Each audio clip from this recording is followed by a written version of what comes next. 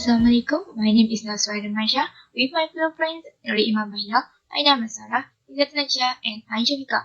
We will present about problem solving skill assignment Physics 098. Our topic is about maglev train. What is maglev train? Maglev is combination between magnetic and levitation. The maglev train are known as environmental friendly and the latest technology that does not need direct contact with rays when it moves. If this train are non-contact with rays, how does maglev train work as fulfilling and contactless transportation system? Next analysis is on propulsion. As we know, maglev technology need a contactless propulsion mechanism in order to propel the body of vehicle. So we need linear motors. Linear motors are electric induction motors that produce motion in a straight line. So in this motor, the rotor spins in the stator. In a linear motor, the stator is upright and laid out flat and the rotor moves past in a straight line. So linear motor often use superconducting magnets which are cooled to low temperatures to reduce power consumption. In an AC induction motor, electromagnets positioned around the edge of the motor are used to generate a rotating magnetic field in the central space between them. This induces electric current in a rotor, causing it to spin. The stator is laid out in the form of a track of a flat coils made from aluminium or copper and is known as the primary of a linear motor. The rotor takes the form of a moving platform known as the secondary. When the current is switched on, the secondary glides past the primary supported and propelled by a magnetic field. Have you ever heard about maglev train named Japanese MLS, which is known as the best or fastest train with the speed of 603 km per hour? Well, MLS use permanent magnet linear synchronous motor or PMLSM as a part of their maglev component. The permanent magnet synchronous motors are one of the type of AC synchronous motor. Synchronous motors are steady-state three-phase of AC motors which convert electrical energy into mechanical energy. This type of motor operates at synchronous speed which is constant and it is synchronous with the supply frequency, and the period of rotation is equal to the integral number of AC cycles. In LSM, the field is excited by a permanent magnet that generate sinusoidal back EMF. It contains a rotor and stator same as of the induction motor, but a permanent magnet is used as a rotor to create magnetic field. Hence, there is no need to wood field winding on the rotor. There are a few advantages of the permanent magnet synchronous motors. Firstly, they are very efficient. Secondly, brushless, and then very fast, safe, and give high dynamic performance when compared to the conventional motors. It also produces smooth torque, low noise, and mainly used for high-speed application. It is three-phase AC synchronous motor that runs in synchronous speed with the applied AC source. So the most important interaction in a maglev train is to achieve levitation. Levitation is a technology used as an integral part of every maglev train that enables the vehicle to glide over an air cushion. So these are the methods used for realizing levitation. So first we have electrodynamic suspension system, or in short EDS. EDS employs magnetic repulsive force, a type of magnet called superconductor magnet attached to the onboard. It moves forward with the vehicle over a guideway consisting of inductive coil and conducting sheets to generate repulsive force. This technique achieves levitation up to 10 cm. So the second method is electromagnetic suspension system, or in short EMS. EMS uses magnetically attractive forces between the guideway and the onboard electromagnets installed below the guideway. It also uses standard electromagnets which can only conduct the electricity with the presence of power supply. This can produce a lower intensity of electromagnet inside the passenger compartment, and this can result in the small levitation gaps. This can make the continuous controlling of stability of the air gap, so it is more suitable for low to medium speed application. So the last method for realizing levitation is hybrid electromagnet suspension system, or in short HEMS. HEMS is a modified form of conventional EMS system. It also uses permanent magnet along with the electromagnet to reduce the power consumption of the conventional system.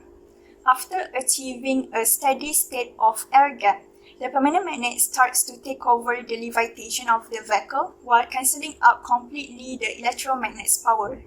Also, the permanent magnet generates magnetic flux with constant magnitude. Next is the application. The first innovative idea is to use the permanent magnet electrodynamic suspension system, or PMEDS, which is a modified form of the conventional EDS system. It is a passive levitation system based on the principle of magnetic repulsion.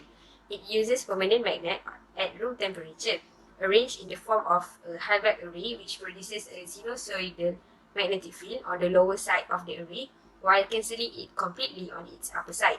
This magnetic field interact with the insulated short circuit coils, forming the track to produce repulsive levitation force. PMEDS doesn't require any supercooled magnet, neutralizing any cryogenic requirement.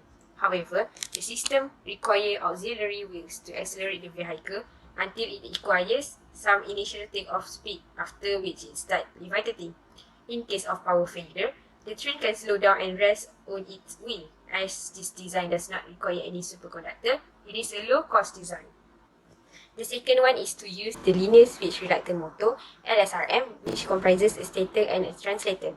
When the phase is excited, the motor moves to attain the minimum reluctant position, which produces the required propulsion force. This motor has been under research because of its advantages. The good features are rugged and cheap construction because of having windings either on the stator or translator, the capability of producing high propulsion force without using any permanent magnets, and more fault tolerance because of phase independence. However, it also has a few drawbacks, which are vibration, noise, and complex control. The researchers have suggested many ideas to overcome the disadvantages and to enhance its performance. Even though it is still under research and trial, we believe that the capability of LSRM to power the propulsion system is the best for the future Maglev system. In order to keep the train centered on the guideway, the maglev train requires a precise guidance mechanism so that the lateral displacement of the maglev train can be controlled. Such a guidance mechanism generally uses either magnetic repulsive force or magnetic attractive force. In magnetic repulsive guidance, the separate track contains the guidance coils on both sides like this figure. Coils on either side of the guideway are connected together in such a way that net electromotive force EMF induced in the coils becomes zero in case of null lateral displacement. As soon as the train space lateral thrust coincide, the net magnitude of induced EMF increases and it engenders a repulsive force on the vehicles to centralize in on the guideway. Before we proceed with the final verdict of this system, let's look at the pros and cons of this maglev system that differs it from the conventional train system. What differs maglev system and the usual train system is the implementation of levitation and propulsion. With electrical engineers like Eric Lethway and Herman Kemper, the first commercial maglev had successfully operated in Birmingham, England in 1984. This started to grab the world's attention since maglev train don't use engine like usual train does, and instead of using fossil fuels, the magnetic field created by the electrified coils in the guideways, wall, and tracks combine to propel the train. This helps to reduce the worsening air pollution. Levitation and maglev trains' aerodynamic designs allow them to reach unprecedented ground transportation speeds of more than 500 km an hour. In fact, the fastest train in the world, the Shanghai Transrapid, a high-speed commercial maglev, travels at 431 km an hour, which is 80 km an hour faster than the fastest high-speed wheel rail train, Japan's Hayabusa. Maglev trains are nearly impossible to derail, making it a safer commodity than usual train. It would take something like a complete guideway collapse to part the train from its track.